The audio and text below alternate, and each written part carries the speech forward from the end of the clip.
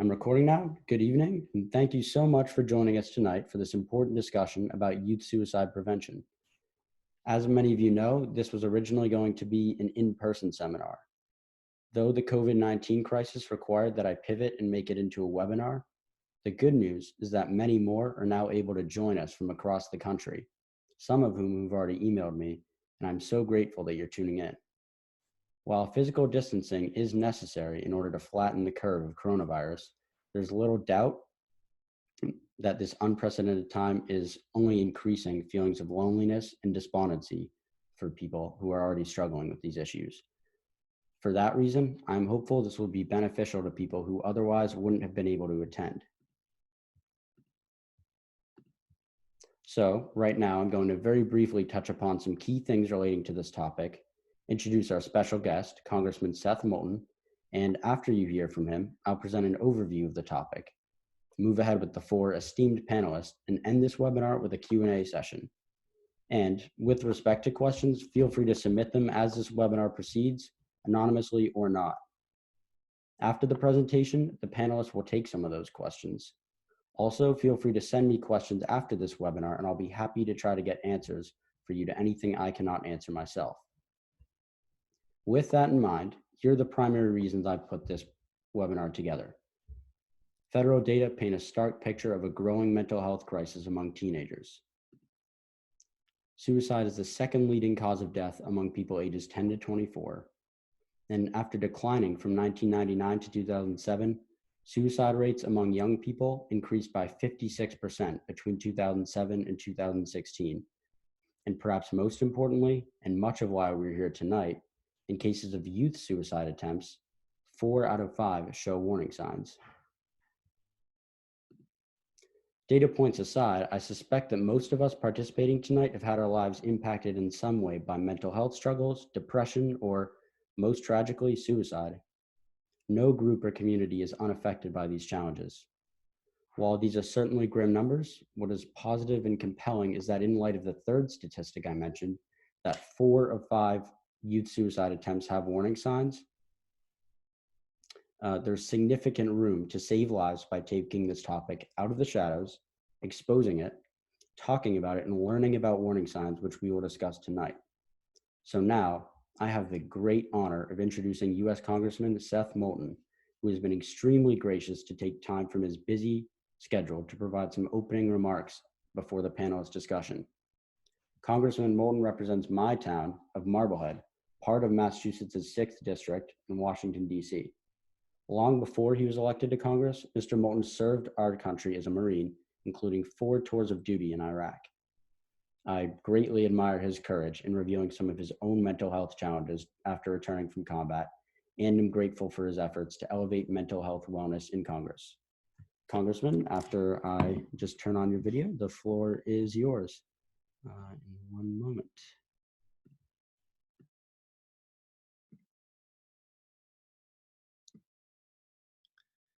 Great. Mitchell and everyone else, thanks so much for joining us here this evening. You know, by sharing our stories about mental health care, we break the stigmas that keep too many people from getting help. And so I'm here today to share a story, but also to say thank you to Mitchell because he's doing an awesome job. He's an incredible leader, and I think you can see that already tonight. Mitchell is one of the most important allies I can imagine in the effort to break the stigmas around getting mental health care help because first off, he's young, and we know that suicide is the second leading cause of death for young Americans. So Mitchell, you're helping by doing this and setting the example for your friends. And Mitchell is also a Samaritans volunteer. He's helping make sure people have access to mental health care help. Once a week, he goes in and takes calls, unbelievably difficult calls. This is not your average volunteer job. So Mitchell, for doing that so faithfully, we're incredibly grateful. You know, as Mitchell said, everyone is touched in some ways by mental health, but almost none of us are willing to talk about it. And I certainly wasn't, not when I came back from Iraq, not when I started running for Congress. When I was in Iraq, I experienced some things that stuck with me. And one that I've shared a few times now is about seeing a young boy on the road to Baghdad. We were pushing north, just one or a couple days into the invasion, and there were some of Saddam's special forces heading south to attack us. But unfortunately, there were some civilians mixed in, and the Marines up ahead of me had shot up a car that they thought was full of enemy troops, but in fact was a family. And when we came upon that car that had skidded off the road, the mother and father were obviously dead, but there was a young boy, probably about 5 years old, lying in the middle of the road, and he was obviously still alive. And, there's nothing I wanted more in my entire life in that moment than to get out, to stop my platoon and help that boy, to try to save his life. But in that moment, I made one of the most difficult decisions I've ever made in my life, which was to drive around him and to keep going. Because I knew that stopping my platoon would stop the entire battalion. It would put hundreds of Marines' lives in danger. I also knew, frankly, that there were real medical professionals behind me. But it still gave me an incredible feeling of guilt to not stop and take that boy in my arms. And that image of him is something that stuck with me. It's an image I think I'll probably have till the day that I die. But I came back from the war and I thought about that boy all the time. I thought about some other things all the time, but I didn't think I really had post-traumatic stress. I mean, frankly, veteran friends of mine were contemplating suicide, were afraid to drive down the road, that thinking that something would blow up. I mean, there were much worse symptoms that people out there had. But I told this story to a professor actually at Harvard, where I was going to grad school, and he said, "Seth, you really need to talk to someone about this." And he convinced me to do it. And I decided to see a therapist. I actually went through 2 or 3 before I found someone I could really relate to, but it's changed my life. Being able to talk about my experiences and come to terms with the fact that, I could use some therapy as well, has been incredible for me and for my family and for my friends, frankly. Being honest with myself was that first step. I had to realize that I had post-traumatic stress, that maybe my symptoms weren't the same as everybody else's, but they were real and I had to deal with it. Now, I didn't share that story publicly until just the past year because I thought that it would probably mean the end of my career, whether in politics or anything else. I didn't know how people would respond, but I recognized that I had a platform to talk about this, especially when I was running for president, and with it, a chance to let other people know that it's okay to talk about this too. So when I decided to share my story, I said, that's not enough. I've got to have a plan. I got to have a plan to make a difference in other people's lives here in America. And so I proposed a plan that includes mental health care checkups for service members. And I'm proud to say that I was successful in amending the most recent defense bill to mandate mental health checkups for every service member who returns from combat within 21 days of coming home.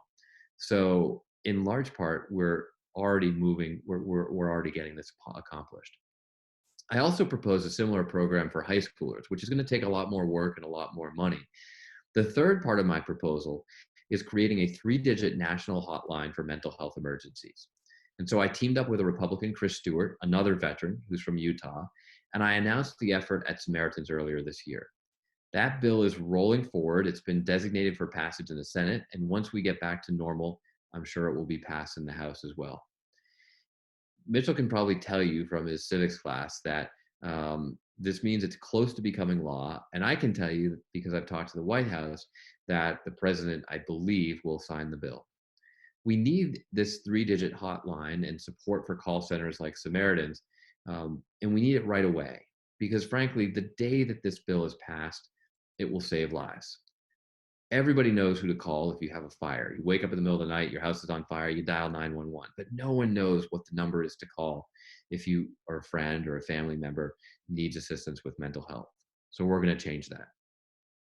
And so look, this is making a real difference. And I'll just say, look, Mitchell, whoever's in charge of giving you an Eagle Scout badge, if you're listening, please know that in my book, Mitchell has earned this 10 times over. He's really making a difference. I know that my legislative work will make a difference in the lives of many others when it's passed. Mitchell is already making a difference today. So Mitchell, thank you for serving. Thank you for making our country safer and stronger by changing how we think about mental health care.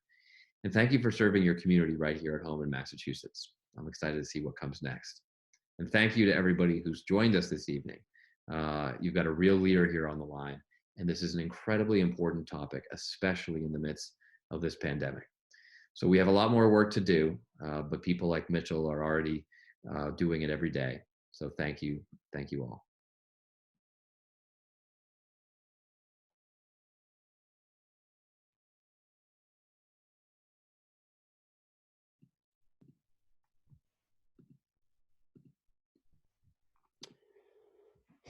Thank you so much, Congressman Moulton. It's not just seeing your efforts to garner bipartisan support for such legislation, but also your ability to be a role model in the community, showing that, you know, adults in positions of you know, high stature can not be afraid to show, hey, I'd like some help. That's, you know, the most valuable thing that you can possibly do, perhaps even more so than any legislation. So and I think I'm speaking for everybody, are just so appreciative of your time and your thoughtful input tonight.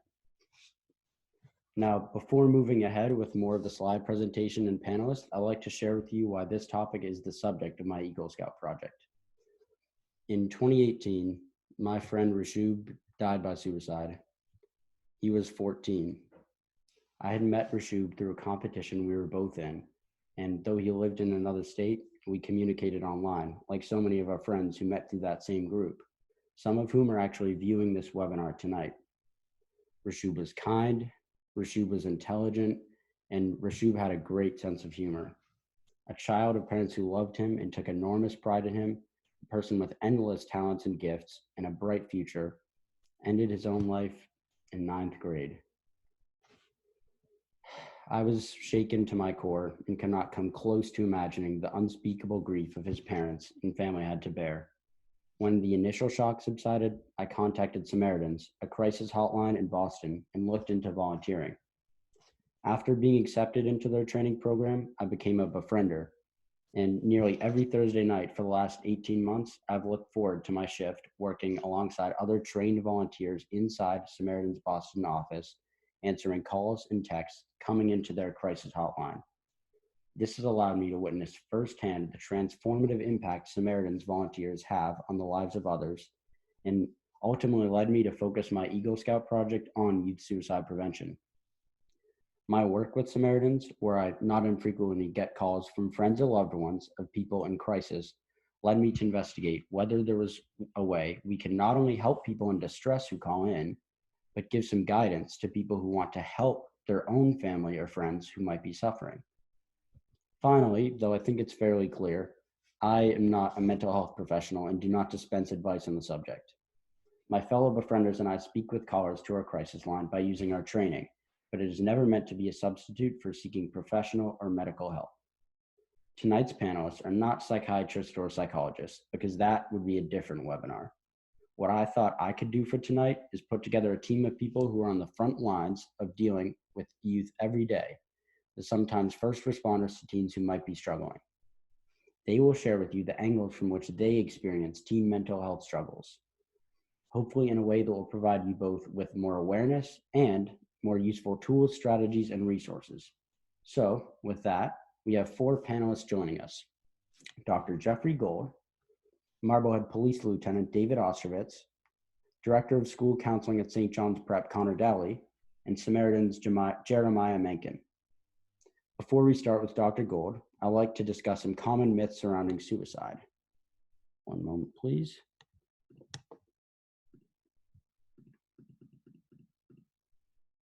First of all, there's the idea that talking about suicide will cause someone to consider suicide. It is quite common to think that talking about suicide plants an idea into someone's head that they may not have considered before, but it's actually been empirically shown to not be the case. This is why at Samaritans, we try to be quite direct about asking people if they're feeling suicidal and what their plan is, which is something Jeremiah will discuss later. Second, there's the myth that people who are suicidal don't present warning signs to those around them. I'd really like to emphasize that as a general rule, not always, but generally, youth do in fact exhibit signs. What's important to know is how to recognize these potential signs, because so many of us would have no way of knowing what these are without being educated about what experts have learned. As we discussed previously, 4 out of 5 youth suicide attempts are by youth who exhibited warning signs, meaning that the information Dr. Gold will be covering about recognizing warning signs really is quite vital. And if we stay vigilant, there is serious potential to prevent tragic outcomes, possibly up to 80% of the time. Third, the myth that suicide is caused by one isolated event or factor. While on rare occasions suicide can be caused by something isolated, in almost all cases, it is a result of a buildup of stressors and factors that culminate in a poor decision and tunnel vision thinking that doesn't allow the teen to see beyond the near term. While depression is not a requirement for suicidal ideation, just like suicidal ideation isn't a requirement to have depression, these two are often linked. So it's important for us to recognize that suicide often comes from the aggregate of events that build up to it. And while it sounds trivial, one kind word or gesture can go a long way in tipping the scales in the other direction. With that in mind, I'd like to introduce Dr. Jeffrey Gold. Dr. Gold is a family physician who grew up in Swampscott and is the first independent direct primary care practice in Massachusetts. Gold Direct Care opened in Marblehead in 2015, and he treats patients of all ages. And with that, I will get him started. One moment.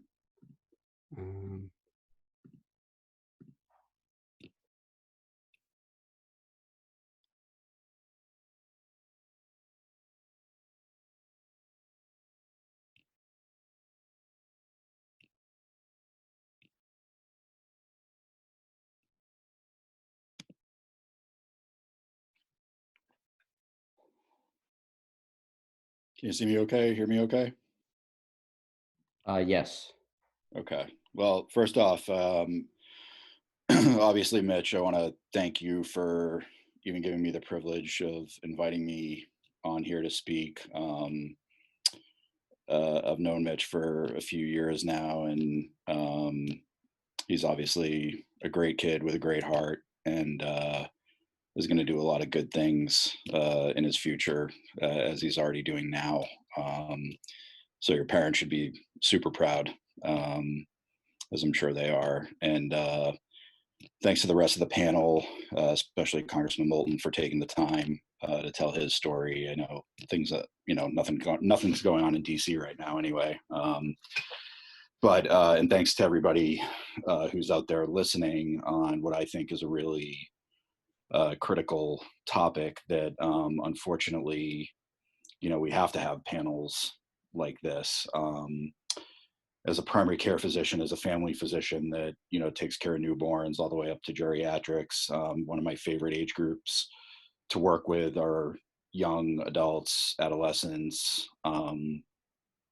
probably because I have the same mentality. I never grew up really, but I grew up in this community and went to Swampscott High School, and I was always very driven.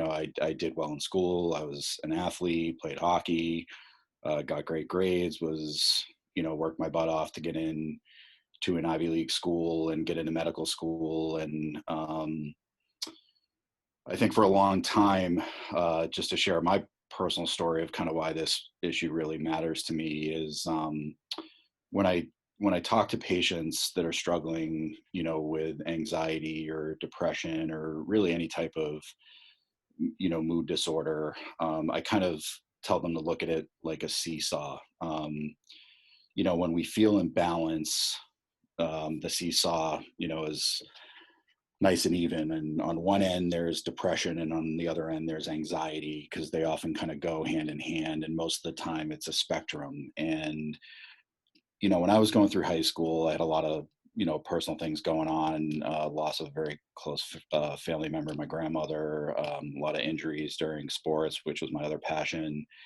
And I think for the most part, I was probably what we call dysthymic.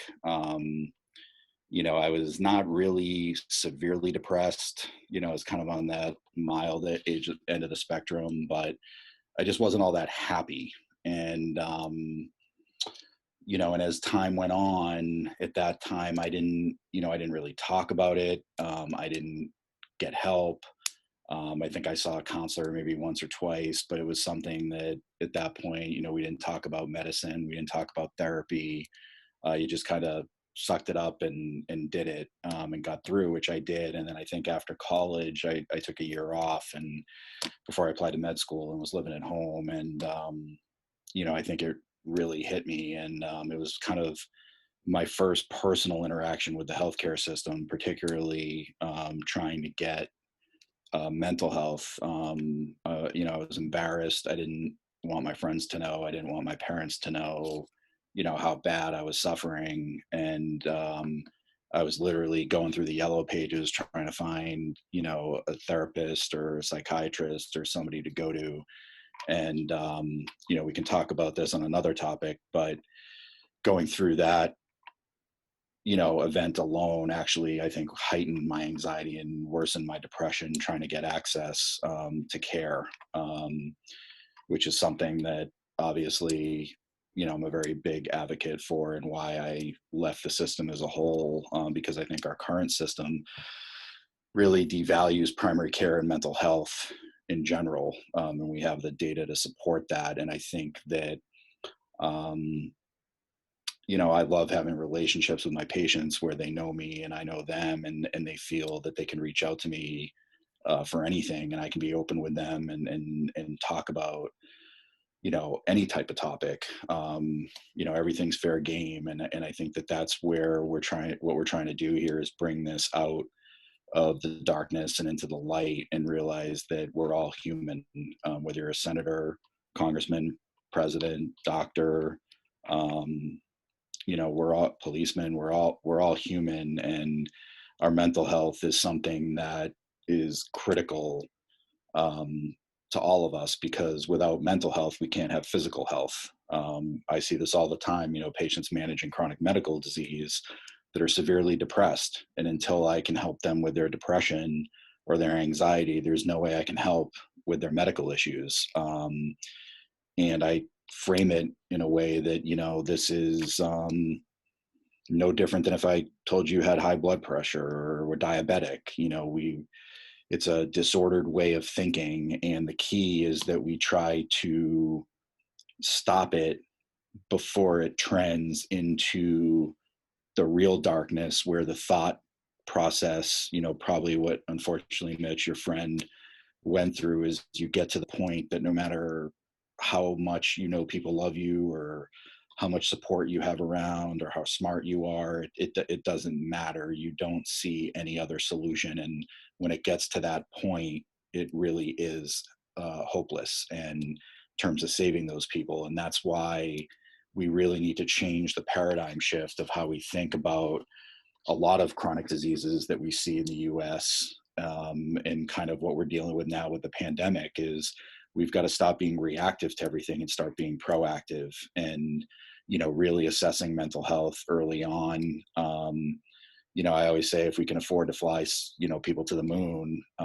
we should be able to afford having not a school psychologist, but a psychologist in every classroom across the country, monitoring for early signs of mental health, or, learning disabilities, substance abuse, and high risk. And, I think that we really need to do a better job, and make it okay to talk about this, and understand that, we have to fix it. And it really does start with your generation, Mitch. We really need, and it's amazing to see kids like you that are really taking the leadership role to deal with this issue, because there is no reason why we should be losing that number of young adults to suicide and mental health issues.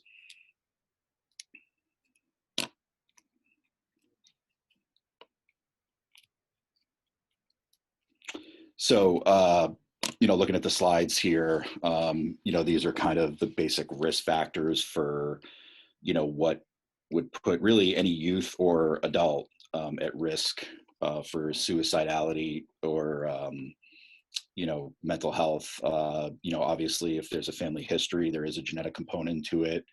Underserved populations, disenfranchised, the LGBT community is a really big one. Although we've gotten a lot better at accepting people for who they are, we're still not where we should be.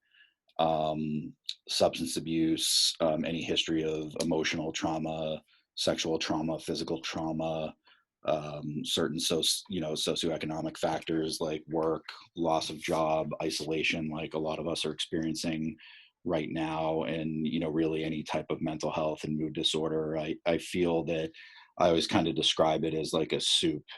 There's a bunch of different ingredients that go into mental health. You never really see somebody, who, for example, is struggling with addiction that doesn't have an underlying mood disorder or mental health disorder. You very rarely see these things in isolation.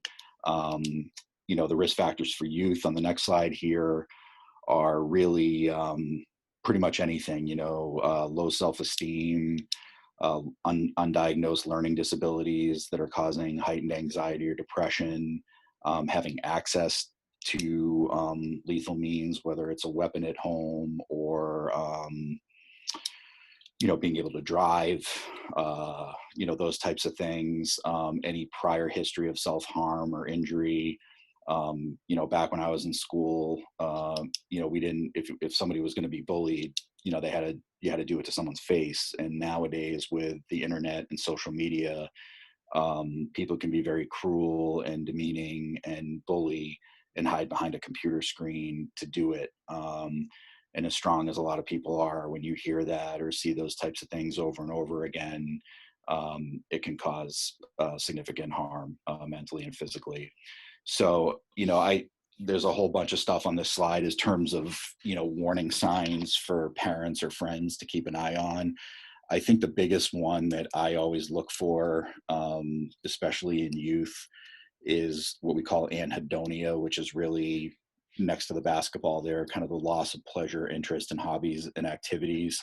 I think no matter what they are, whether it's music, sports, art, whatever somebody is interested in, if you start noticing that they don't want to do those things anymore, they're isolating themselves from friends, not communicating, those are the things that really, really make me worry that this is starting to go from a mild, grief or, sadness into more of a major depressive type disorder.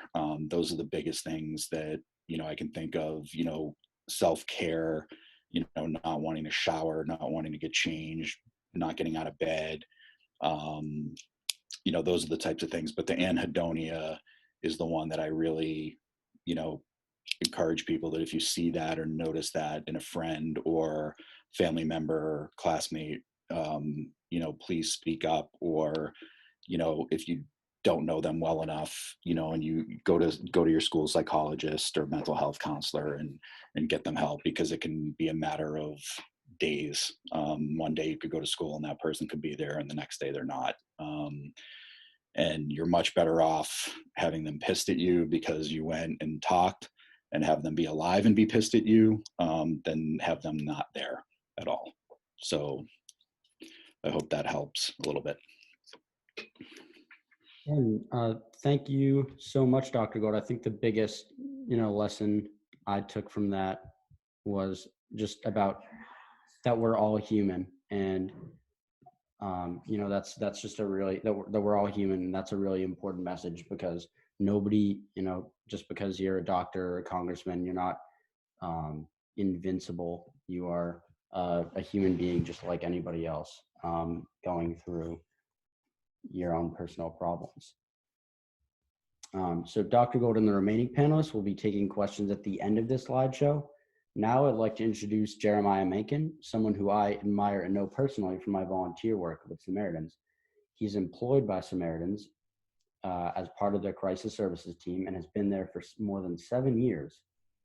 His work focuses on the operations of Samaritans helplines, including its chat and text-based services. When you're on, you can go ahead, Jeremiah. Just give me 1 second.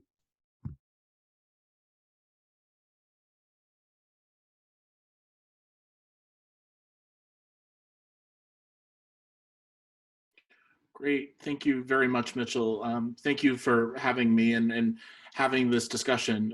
It's so important. I also want to say thank you to the other panelists for everything that you do in your respective fields. I think our work is more important now than it's ever been. And Mitchell, thank you. Hearing your story and seeing you in the office every week, it's one of the best parts of our job is to see young people come through who have such a desire to want to help others. And we're incredibly lucky to have you. So thank you very much. I got started with Samaritans about 7 years ago. I've been there ever since, and I primarily focus on our online emotional support services, which include text or chat. But I'm kind of involved with all that goes into the helpline. So I'm going to talk a little bit with you all about how you can help someone, and how we do that at Samaritans is through listening. We don't offer suggestions or try to fix people's problems. We simply provide a safe place for people to come and be heard. So now, as you'll see, we'll talk about the first thing on this slide is to listen.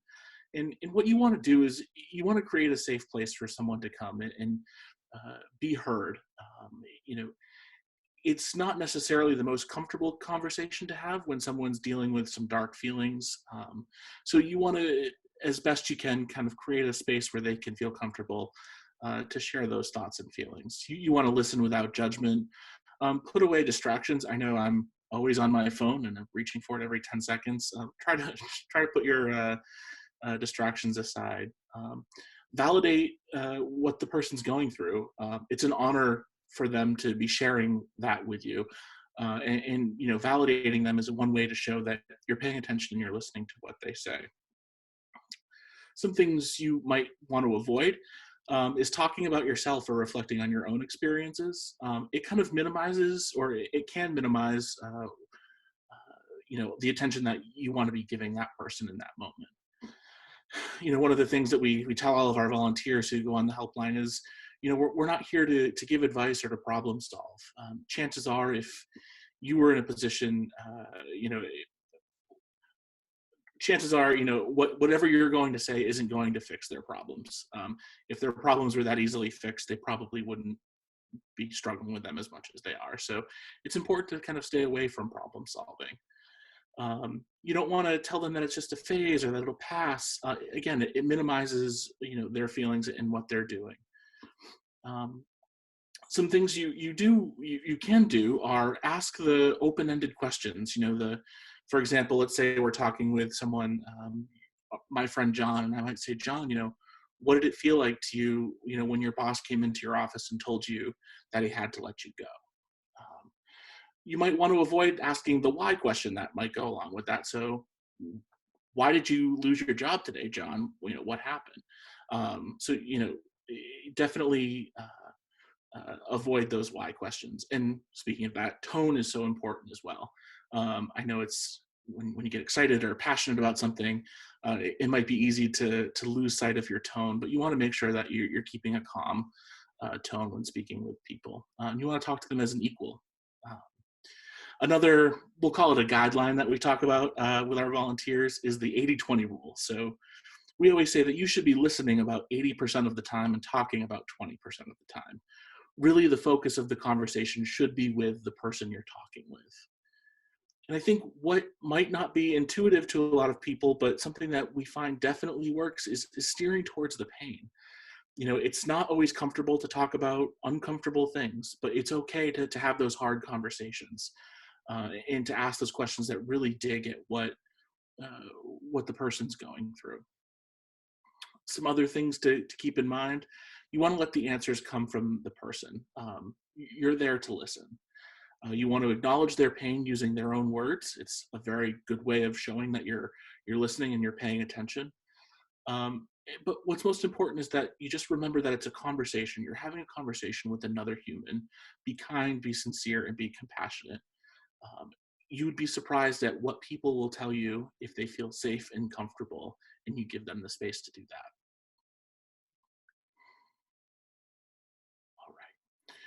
So when it comes to talking about people who are feeling suicidal, it's important that you ask the question directly in and in an upfront way. So you want to ask someone, do you feel so bad that you sometimes think about suicide? Have you thought about ending your life? The way that our volunteers ask on the helplines is, are you feeling suicidal right now? If the answer is no, you just want to keep listening to them. It doesn't mean that the person isn't in an extreme amount of pain. They still need your support. You don't want to give off the sense that you're relieved that they're not feeling suicidal. You want them to know that even if they were feeling suicidal, you would be a safe person that they could come and talk to and share those feelings with. It's important that you feel like you're not on a timer, and you don't need to throw resources at this person or solve their problem right away. Often, a lot of the feedback that we hear from our callers and those who reach out to us by text are, just having a place to come in and be heard is what's so important and so valuable to them. It's okay to explain why you're asking if they're feeling suicidal. Something along the lines of, John, when you said that, you just can't see yourself going on like this anymore, it makes me concerned about you. Are you feeling suicidal today? Is a great kind of segue into that question. And again, I know that question it can be really difficult to ask, but it's really important that you do ask that question. We find that you may be surprised at the answer you get with that question. And we'll talk more about that in a second. So what we want to do is, if they do say that they are feeling suicidal, we want to ask, have you thought about how you might take your life if you were to kind of see what they have in mind for a plan. Let's say the person says that they do have a plan. We want to assess kind of the means in which they would use to take their life. So have you thought about what you might use to take your life if you were to? And then we want to kind of see where they are in relation to those means. So, where are you in relation to, that gun right now, or, those pills right now? And finally, the last piece that we look at Samaritans is the time frame. So, perhaps this person has a plan to take their life, and they have the means and they have access to whatever those means are. The final question we would ask is, if you were to take your life, have you thought about when you might do that? And depending on how they answer that question, we'll kind of determine how we handle the conversation. But I think the lieutenant is going to answer that for you. Well, thank you so much, Jeremiah, and we really appreciate your words. And I think the biggest lesson I take from what you said, and I think any Samaritans volunteer kind of thinks about, is the idea of, sort of as you said, just being present in the moment. It's not about being perfect. It's more about being present and with that person and empathizing.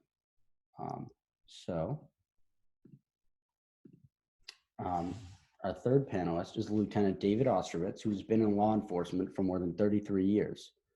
He has been with the Marblehead Police Department since 1997, and prior to that, was a patrol officer for 11 years with Northeastern University's Public Safety Division.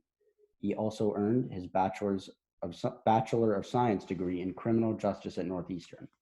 When I get this set up in a minute, you are up, Lieutenant.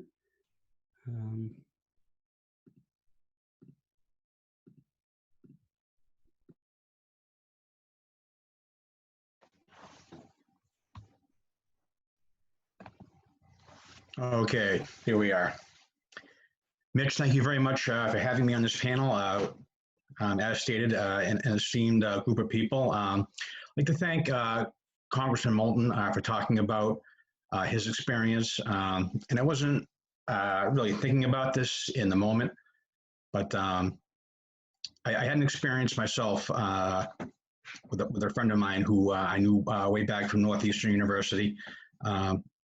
Ended up getting on as a police officer up on the North Shore, and essentially something happened with him, and it ended up playing out on TV. Actually, my phone started buzzing and going crazy, and we learned that someone that a bunch of us knew from back in the day had taken his own life.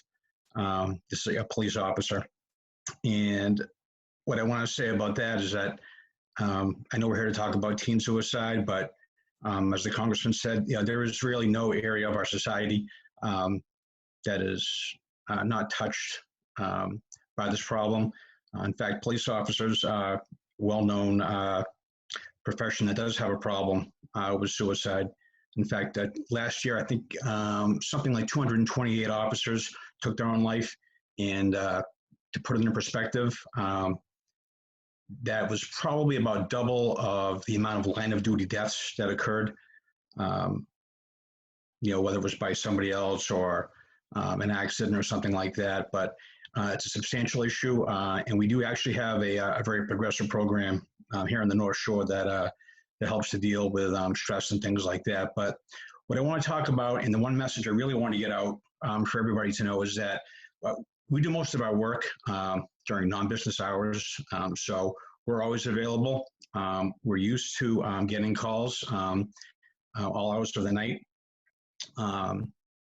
So kind of here, my slides coming up now. So when you call the police department, you're going to get a dispatcher, and they're going to start asking you some questions. One of the things that we do want to know, obviously, does that person have a definite plan? Are there means available? Do they have weapons? What's going on at home? What do you feel is the problem right now? Most of our calls for people who are at risk for suicide, we're not getting calls from people themselves. We're getting third-party calls. So it's important for us to start asking a lot of questions. We want to know really as much as we possibly can.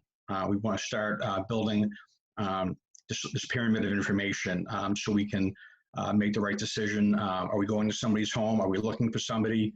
If someone's life at risk, this is really important. Please don't feel like you're cheating on this person or you're betraying them or anything like that. What is most important is in the moment. We want to deal with this moment right now. We want to see what we can do, what resources we can get to somebody. We have a lot of protocols. As stated down here, you have protocols at school. The doctors have protocols. Organizations like the Samaritans have protocols. We have protocols too. We have a lot of flexibility. So if there's a counselor or a therapist that we can call, we do want to get a hold of them. We want to get a hold of parents. If parents are available, sometimes parents are away, and that's when these things manifest themselves, and we have to be ready for that. Sometimes, we have legal responsibilities to parents, but ultimately, safety is the most important thing. How to really, the best way to get a hold of us, obviously, is calling 911. We also have our regular non-emergency line, 631-1212.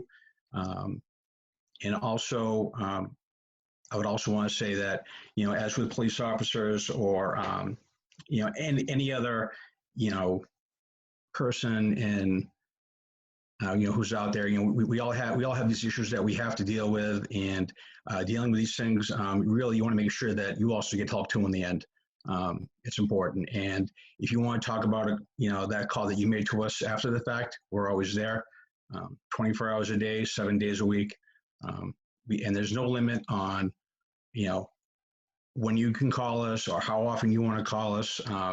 If there's one message that we want to get out, it's there is absolutely no reason to not call us. We're more than happy just to talk to you or talk to your friend who might need us, and see what we can do. And we'll begin building that pyramid of help and see where those facts take us.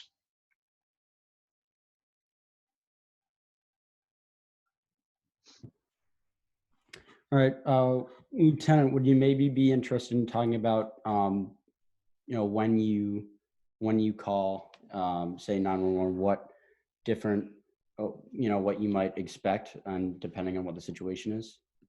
Sure. You call 911, like I said, you're going to get a dispatcher who's going to start asking you some questions. Most important thing we want to know is where is this person right now? Are you safe? Are they safe at the moment? What have they said, and what have they indicated? Have they indicated that you're just depressed and Just, are they saying something like, I just want to kill myself? That's, you know, is it something like that, or is it something? Have they given a plan? Do they have a means? I'm going to utilize this weapon, or my parents aren't home, I have keys to the car, or something like that. Have they articulated a plan? Because that's obviously an important factor for us to know. It would minimize the call the same way, even if we didn't know that there was a plan. We're still going to take it just as seriously, but it does kind of give us a heads up on what to expect. We're going to send an officer to where you are, or if you want to come down to the station, if you feel comfortable doing that, we're happy to have you come down. Even now with everything going on, we are able to accept people to come into the station if need be, but we can also meet you wherever it may be, whatever it takes. But what we want to do is find out as much as possible. Well, thank you so much, Lieutenant Ostrovitz. I think the idea, it's really important for people to understand, as you've so wonderfully articulated, that police are here not to be adversaries and just to arrest bad guys, but because they care about the community and they care about the well-being of others, and they're here to help with that. So thank you for that. Absolutely.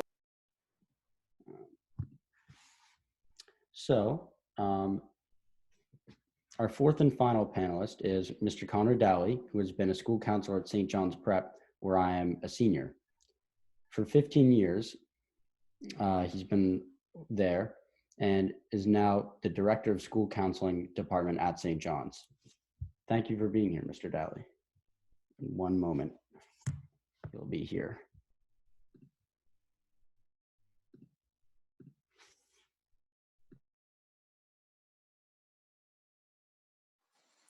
Thank you very much, Mitch. Can you just confirm that you can hear me and see me okay? Yes, I can hear and see you. All right. Excellent. I put my tie on tonight, so I wanted to make sure that wasn't all for naught. But anyhow, Mitch, thanks so much. I'm really humbled to be a part of this evening. It's a great representation of how, there's some really awesome people out there. And, we tend to focus on some news stories where some people who aren't making good decisions are oftentimes represented in the news, but an evening like this helps reaffirm my faith in some of the great people who are out there, who are taking time out of their schedule to put this together. And that starts with you, Mitch.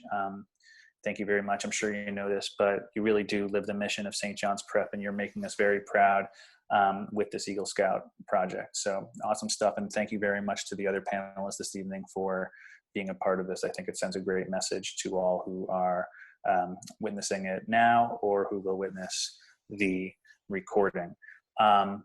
In some of my work at the high school level, I think a lot of it has to do with thinking about how we can be proactive.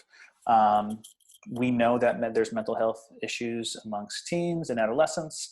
And so do we sort of sit there and wait till they happen and try to react? Or if we know something's going to crop up, can we have some foundation in place that's there that can try to educate on the front end and react with intention in the process? And I think there's really two groups we try to be prepared for. That's right, not prepared with. One, I think, would be those who are struggling with mental health issues. And how are we prepared? I think we're just prepared to make sure that there's programming in place throughout the school year that it destigmatizes mental health issues and normalizes feelings and makes one aware that it is okay to feel how they're feeling. In fact, it's awesome to acknowledge how you're feeling. And then once you know that, how can you react to help better how you're feeling? So I think that's really, really, really important, is providing adolescents with an understanding that it's okay to share and it's okay to speak to your feelings. And it's important to not simply just be an automaton, and that there are peers and adults who are out there where we want to help you. just want you to stay in line and follow the rules and do what you're supposed to do, and don't create any waves. So we try to make that apparent from the start of the school year with many programming that we do, as many organizations do. But I think that's really, really, really important, is to destigmatize mental health. It's not, and allow teenagers or adolescents to know that those feelings that they have are normal. And as someone was speaking to earlier with some of the data that's out there, it's certainly normal, and we all go through times like that. And how can we sort of give teens the skills to manage their stress in a way where it doesn't become overwhelming, where they can build skills to sort of dust it off, as opposed to let it become all encompassing as a part of their life. And so that's really, really important. And how can you do that? I think is to talk about it. And it's really important to talk about it throughout the school year in my profession. And I think wherever and whenever, with families, with friends, so that when one starts to have certain feelings, they realize that they're not alone. And I think that's where a lot of these feelings come from, is when teens or adults do feel alone and they don't know who to share their feelings with and where to go, and then they're stuck with them. And I think they snowball, and the feelings of loneliness compound themselves. So in short, I think what I'm saying is making sure that we speak about these issues consistently, and then offer those who are experiencing issues skills. How can you sort of like cue those who are going to experience these feelings to have a strategy in place when they know when these feelings arise, to acknowledge that no one in life is going to go through it without bumps along the way. So if we know that, what skills and strategies are you going to have in place when they arise? And then the other group who we need to make sure we're focusing on is everyone else. How to be a good friend. So like, if one is, what are you going to do when you feel these feelings? The other group we want to focus on is, what are you going to do when a loved one, a friend, or maybe even a stranger approaches you with some feelings, and how are you going to react? How's the best way to react? What does it mean to be a good friend? What does it look like? What does it sound like? You know, a lot of the questions that were brought up that Samaritans work with, we try to provide some of that understanding for our teenagers around just being a good friend. And a lot of that comes down to being a good person. But I think like pausing the cycle of like, wake up, come to school, do your homework, go to your extracurriculars, go to bed, think about what's happening after high school. What about social pressures? I think it's really important with teens to be able to pause their life and say, wait, are you okay? Are your friends okay? If either you or your friends aren't, why? What's happening in your life or their life? And what strategies are you going to have in place to try to counter the issues that are in play? So I think that's really, really, really important to also, that third bullet, I think, is one I'd like to focus on here too, in terms of what your views of suicide are and how you speak about it. It really can be picked up upon from those who are around you. And so I think not being afraid to talk about it, and sharing with others when they are going through something. And so I think a lot of what I've talked about so far, and Mitch, you can go to the next slide. What I've talked about thus far is what to do on the proactive end. And then on the reactive end, what do we do? I think we have to rally together and pull together sort of the invested parties who can help someone out. You know, I am a parent, and I often think that, and parents love their children so much. If I was aware that someone knew something about one of my children, and my children were struggling emotionally, mentally, and they knew, and they didn't share with me, that would upset me, because I would like to be there to help my child. And I know there are circumstances where, you know, let me just work with my friend first before I get his father involved, and I get that. But in a moment where someone's really struggling, I think we got to sort of pull together and provide resources and let this individual know that they are not alone, and that their loved ones are there to support them. all the invested parties in that person, which I think speaks well to the people like, wow, I am not alone. A lot of other people experience these issues, and B, a lot of people love me and care about me, and they're here to help. Maybe, and I think that's what we try to speak about with how to be a good friend.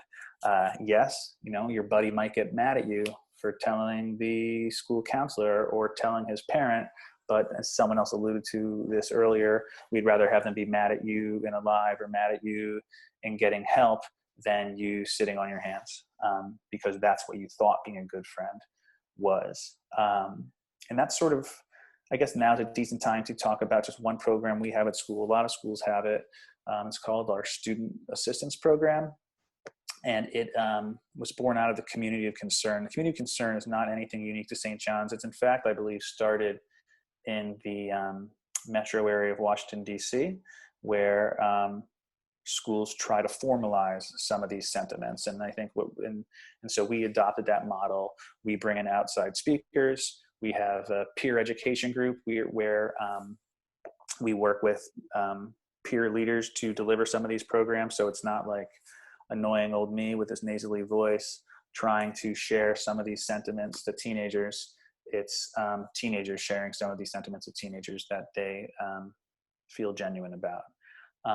And then the last component of the community concern is the Student Assistance Program. And that was born out of, 15, 20 years ago. It didn't exist at our school. And some students were making bad decisions, whether it was due to mental health or substance issues. And then after the fact, we would talk to some of their friends and they would say, yeah, I know Freddie was going through a tough time, but we didn't really want to share with any of you adults because we were afraid that they would get in trouble. And so we kind of turned to each other as educators at the school and said, geez, I'm not sure we're running the school as best as we can if the adolescents are too nervous to share with an adult when we're the ones who might have the resources and the life experience to really help. So we simply just marketed a program as best we could and continuously spoke about it and consistently brought up issues related to mental health or substance abuse and how those two issues oftentimes influence each other or have to do with each other. And we tried to make sure that our students know that there's a program that exists on campus for you to share with adults that's not going to be student handbook or guidebook focused. It's going to be health and safety and wellness focused. And if it sort of comes into the consciousness of the adults on campus through that channel, we will handle it accordingly. And it's been successful. We get referrals each year, and we just think it helps make our school a better place. And I'm not here to try to say that's why St. John's Prep is so wonderful. I'm here to say that it's a simple model that I think that's in place at a lot of places. But I think what we did is formalize the sentiments that's everyone is sharing tonight. We're all willing to be good people, good educators, good parents, good friends, but pausing to just say, wait, am I doing all I can do to be a good friend for that person right now? Is important to do. And we're all so busy, we all have so much going on that oftentimes we don't make that decision to pause and think about checking in on ourselves and checking in on our loved ones. That's all I have to say. Yeah. Well, thanks for your time, Mitch. Of course. And thank you, Mr. Dowley. I think, just the idea that, you've done so much work with taking mental health issues out of the shadows, and it's what makes the St. John's community so great, and just making and just normalizing it. And I think a common thread that, everyone has talked about is that we're all here to be allies with each other, and that it's more important to be alive and with the resources you need, even if, you are annoyed or pissed at the person who gave you that help, but it's better than that, than any other alternative. So thank you. Thank you. And great work. Thank you. All right. So, one moment. So briefly, I'd like to discuss one more related topic, which many people refer to as self-harm. This includes things like cutting. Within the mental health community, the more professional term for it is non-suicidal self-injury, which we abbreviate as NSSI. I want to briefly contrast NSSI with suicide. First, as you can see in the intent column, NSSI is meant to be a temporary means to cope with emotional struggles, whereas suicide is a permanent way to forever end these struggles. As far as prevalence, NSSI and suicide are both relatively common among the teen demographic. We've already covered the stats for suicide, and with NSSI, almost 1 in 5 high schoolers report an incident of NSSI in the past year. So, how to best respond? You already heard from Dr. Gold how restriction of means with regard to suicidal ideation statistically works well. Even more so with young people because of how people often mentally associate their plan to take their life with a certain means of doing so. However, this is generally not the case with NSSI. It may seem counterintuitive, but generally speaking, if we try to restrict access to means for self-injury, the person in question will, in many cases, find another way of self-harming. This is not at all to say we should be content with someone self-harming. And, it's a clear problem. It needs to be addressed, ideally with professional help, but restriction of means is, for the most part, not helpful and can even be harmful. This is a complicated subtopic, and I wish we could get into a more in-depth discussion of NSSI, but tonight we can't. I hope that anyone concerned about self-harm considers reaching out to Samaritans or some of the other resources to learn more. The last slide here just offers some final thoughts that we can all do our part in suicide prevention, no matter how small. Whenever I think about this, I love to think about the Boy Scout slogan, do a good turn daily. While it's not sufficient or advisable to tell someone who's struggling that their problems are temporary, as Jeremiah said, it's comforting to know that, especially with youth, support from people they care about can be infinitely helpful. In a moment, we're going to open things up to some of the questions you've been sending in this evening. Before I do that, I'd like to share 2 things. One, this webinar and all the resources that panelists mentioned, I will send out to all registrants in a follow-up email. You can feel free to send me an email anytime at discovertheuniverse@gmail.com, and I can try to get an answer to any questions you may have. And I apologize for your seagulls in the background. Secondly, I want to thank Congressman Moulton, whose office responded immediately when I reached out to see if the congressman would be able to participate, and Troop 79 for your support of this Atypical Eagle project. I so appreciate you working with me, particularly when things changed and I had to go virtual. Specifically, I'd like to thank, from Troop 79, Frank Massaro, Andy Barnett, and Matt Lloyd for all their invaluable support of this project, as well as my fellow scouts, some of whom are here tonight too. And thank you to the 4 panelists, who are also so generous with their time tonight and leading up to tonight, and also to all my friends who were kind enough to share and publicize this webinar. It's not an easy or popular topic, so I'm grateful to all of you who tuned in tonight. It is my sincere hope that you got something positive and actionable from it. Now let's turn to some Q&A. We only have time for a small number of questions, but more than anticipated, we're running a bit ahead of schedule, which means we'll be able to answer more questions. And if we don't get your question, you can always feel free to email me after and I'll direct you to the resource or the answer. So let's get started. So I'm just going to go through some questions and find who's most applicable, to answer this. All right, so why don't we give this one to, I'll hand this one over to Dr. Gold. The question is, I've felt suicidal feeling before, occasionally fairly serious ones, but I don't know how to tell anyone. How should or could I start this conversation with someone else? And I will hand that over to Dr. Gold. Give me one moment.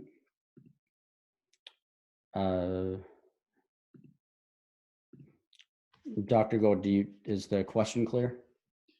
Yeah, it's a really good question, and I think the important thing to realize is, when I was speaking earlier about before getting into that, kind of really deep, dark phase where, the only solution you see is that at least this person asking the question is at the stage where they're aware that, this thinking is concerning, and this thought process is not a healthy way of thinking, and is reaching out or looking to reach out to do something about it, which I think is the most important thing. My hope would be that that this person would have an advocate in the healthcare system, hopefully a primary care doctor or pediatrician, that they feel comfortable talking to. If not, I would try to think of the one or two people that deep down in your gut are the people that you would trust the most with anything, whether it's a family member, a rabbi, a priest, a teacher, a friend, anybody, and open up about this. One of the, I forget where I saw this quote, but it was something towards the effect of, lying is very hard and it's confining, whereas telling the truth is really hard, but it's freeing. And it always stuck with me, because I think the hardest part is that first step of reaching out for help. And I think if you can just think in your gut who is the one person or two people that you would trust the most with anything, reach out to them and tell them. Because if your gut's telling you that they care about you enough and that you trust them, they're going to help you and support you and get you the help you need and support you through it. So that would be my advice on that. It's a great question, though. And I hope you do okay. Well, thank you for that, Dr. Gold. I will now field another question. One moment. Okay, so next question. We have a lot coming in. We have, can you define the ages of the group you refer to as youth? I think I'll probably field this question. It depends which statistic you're talking about, but for the sake, I've been using it rather broadly, and suicide prevention matters more than for just youth. I've focused this on youth because we had a lot of discussions about the ways you can help out youth in schools, other things. But for the statistic, for instance, with the second highest rate of suicide, the second leading cause of death for youth being suicide, that age range I know is 10 to 24. So, but I guess it's not like a clear cut line, but for that specific statistic and definition, that is the answer. So we have another question. How can I support or talk to friends who come to me regarding, well, let's see. I'm going to go a little bit out of order. So we have for Jeremiah, can you elaborate with tips for steering into the pain when the pain is extremely hard to understand? So do you hang on, or well, you can't hear me yet or answer yet, but hang on. So was that question clear, Jeremiah? Yeah, I think so. I think one of the things that's, it's easy to do, and is to kind of steer away or to talk about, something that's, a little bit ancillary. But what I would try to do is, and what we tell our volunteers to try to do, is to try to narrow down, what is it that's causing them the most pain in the moment. A lot of the times the pain can be incredibly complex. And there's a chance that you might not truly understand what the person's going through, and that's okay. Just being an empathetic person, hearing about their experience, asking them how it's affecting their lives and kind of what the implications are for them is so important. So I think those are kind of some places I might lead, or some questions I might ask. Asking how it's affected them, or how has this changed your life, or questions like that can help get a better understanding. And it's okay if you don't fully understand what it is they're going through. Just keep that compassionate way about you, and keep the conversation going. Maybe it's something that will eventually click, maybe it's not. but giving them that space to talk with you is so important. Thank you, Jeremiah. One moment. And okay. All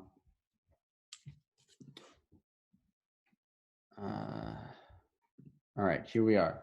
So the next question we have is, I'll give this one to Mr. Dowley. How can people stay mentally healthy in our world of social isolation? Routines, getting outside in nature, staying connected by reaching out. So I'm going to hand that over to Mr. Dowley. 1 second.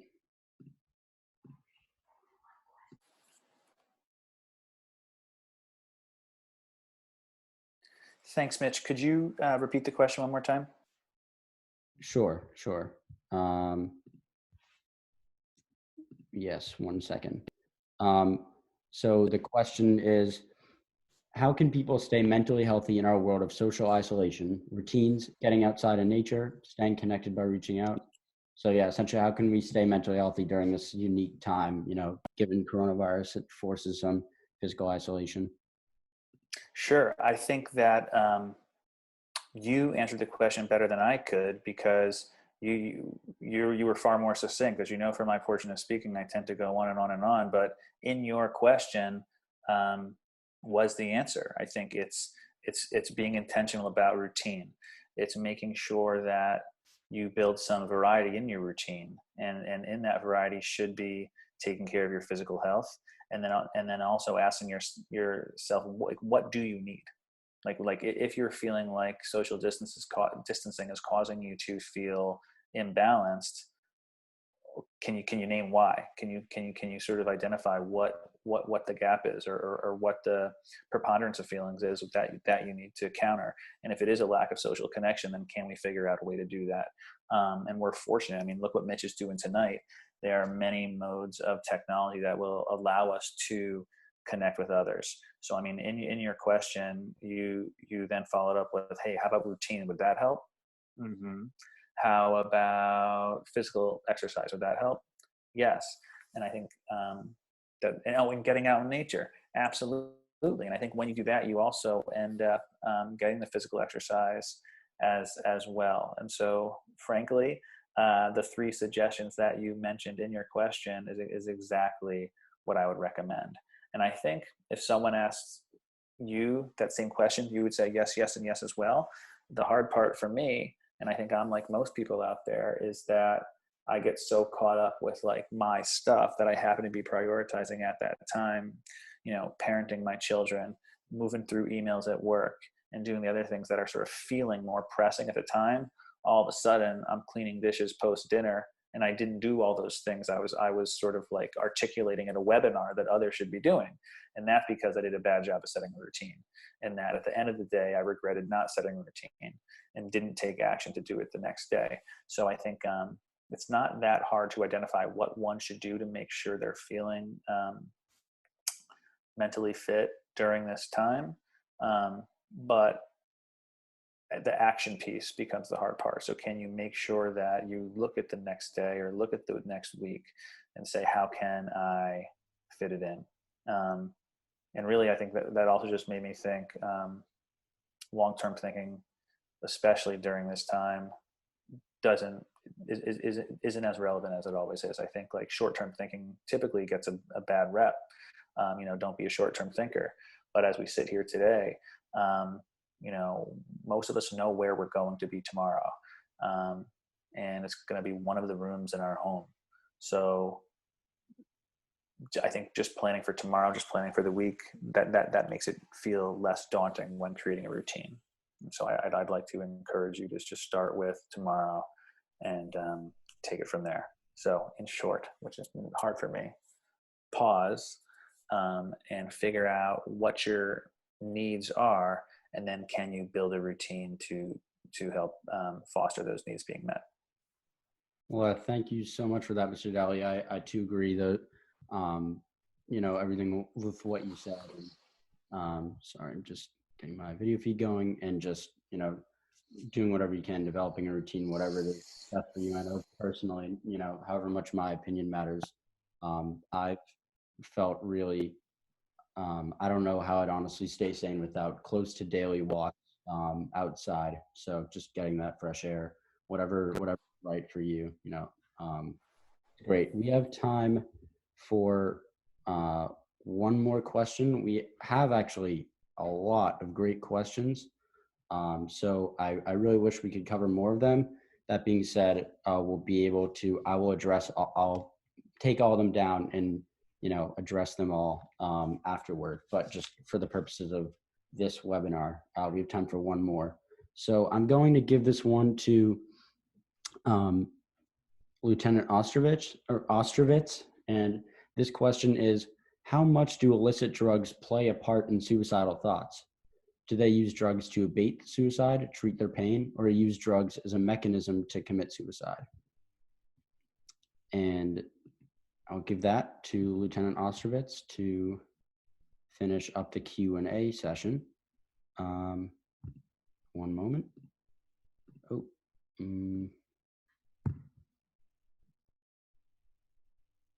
Okay, I'm getting quicker at that. That's good. I think it's a great question. What's the answer? It can vary. It's a question that you'll get from one of our dispatchers immediately if there's any alcohol or drugs involved in this. When we are able to talk to the individual in question, we're going to ask that too. It's also very important to know, and if eventually this leads to a transport to a facility, which I do want to add, if we are involved in taking someone to a hospital, it's never in a police cruiser or anything like that. We don't want anyone to think that there's some stigma involved, that a police car might imply punishment or something like that. So when we do take people to the hospital, either they go voluntarily with somebody like a guardian or a parent or that way, or if we're really involved in it, it's going to be by ambulance. So those are important questions that will get asked multiple times. To know exactly how much, it's really hard to say. It definitely plays a part in it. We definitely see people who are in that situation, and drugs and alcohol are definitely on board sometimes. We'll take it into account, but by no means would we ever diminish the importance of the situation because, oh, they've been drinking, oh, maybe they were smoking something or whatever.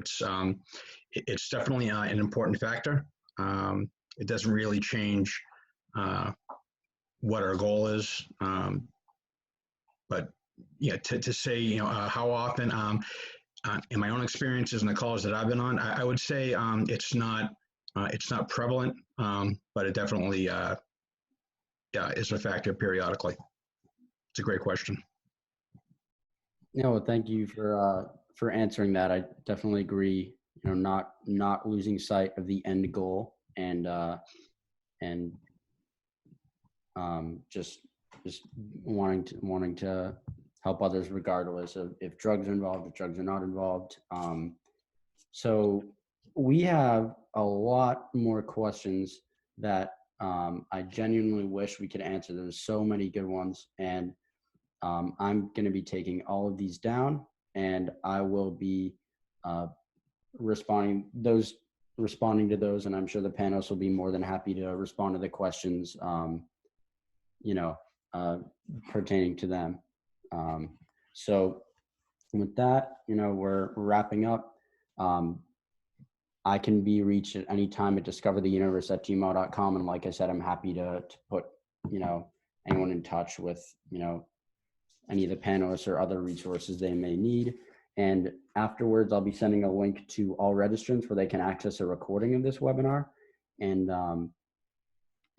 also post-webinar material, so you can review some of this, because I know we covered some of the content, quite fast. So I want you to know that Samaritans is always here for you. I have it on the wristband, 877-870-HOPE. And, we're available 24/7, 365 days a year, call or text. And I'll be reaching out to people regarding the questions I asked. And thank you again so much for being a part of this, and good night and stay healthy.